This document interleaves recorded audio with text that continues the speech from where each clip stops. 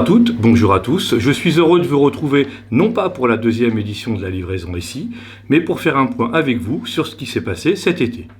Au cours de cet été, il y a eu la livraison mensuelle de juillet et la nouvelle authentification des demandeurs d'emploi qui a suscité des questions.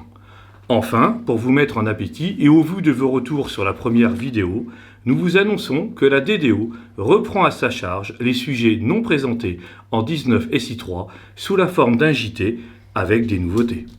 Pour commencer, la livraison mensuelle de juillet avec ses 10 sujets. Le 11e sujet concerne uniquement PES et ne sera donc pas présenté. Pour animer cette édition spéciale, j'accueille Jean-Jacques Vasseur. Bonjour Jean-Jacques. Bonjour Rodolphe. Alors, commençons par le thème formation. Parle-nous du déplafonnement de l'AFPR et de la POI. Vaste sujet que la formation et son financement.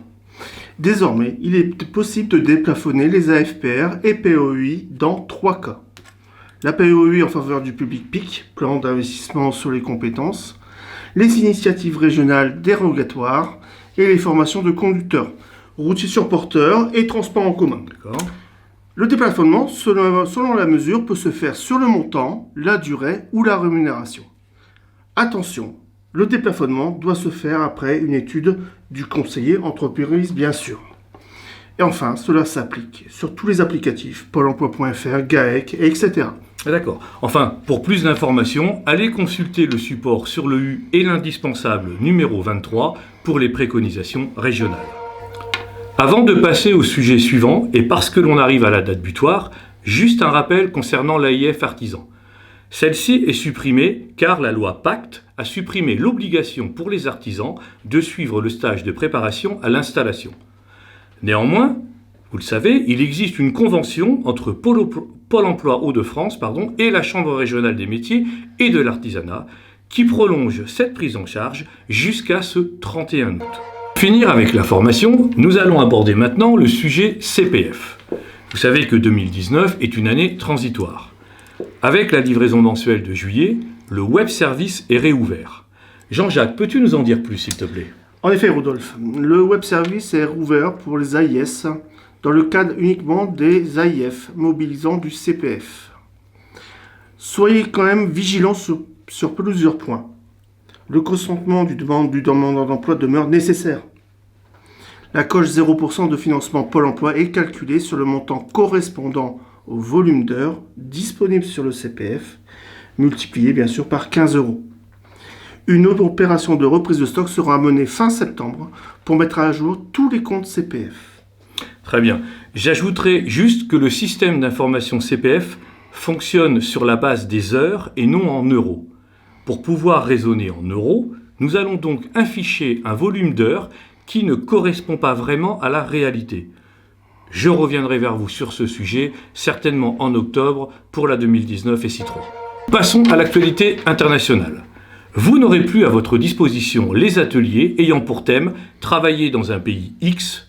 Par contre, 2 nouveaux ateliers sont créés. Les thèmes sont Erasmus et CV en allemand. Sachez aussi que désormais, l'affectation à une équipe mobilité d'un demandeur d'emploi se fera automatiquement via ODE, dès la sélection d'un pays de destination.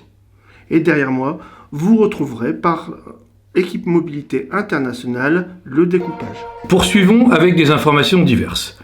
Jean-Jacques, tout d'abord, tu vas nous présenter un sujet qui aurait dû être déployé en 2019 SI2, les lieux de réalisation possibles pour des informations collectives de prestations.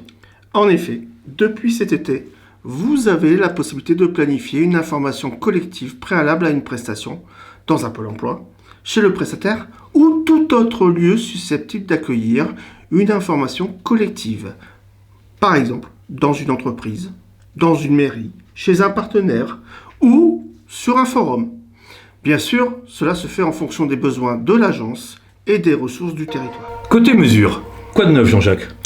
Depuis le 12 juillet, il n'est plus possible de saisir des PEC pour les établissements relevant de l'éducation nationale sur les postes d'AVS auxiliaires de vie scolaire. C'est le ROM K1303.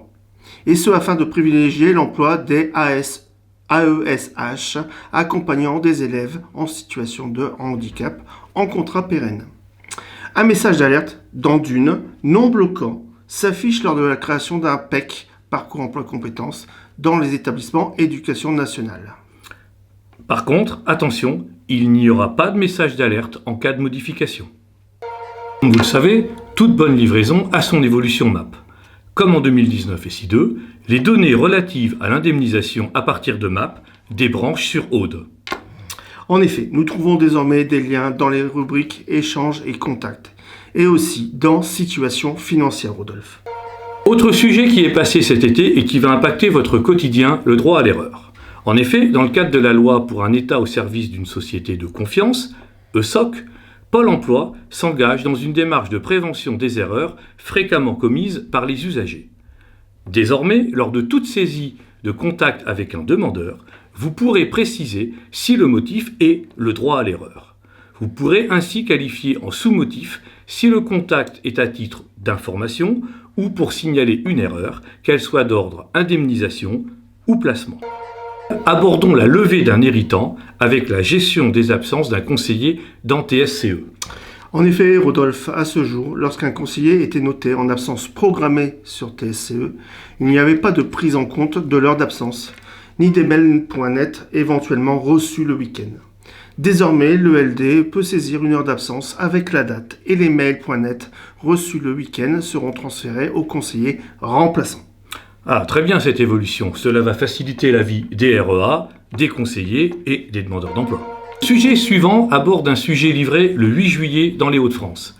La nouvelle authentification des demandeurs d'emploi.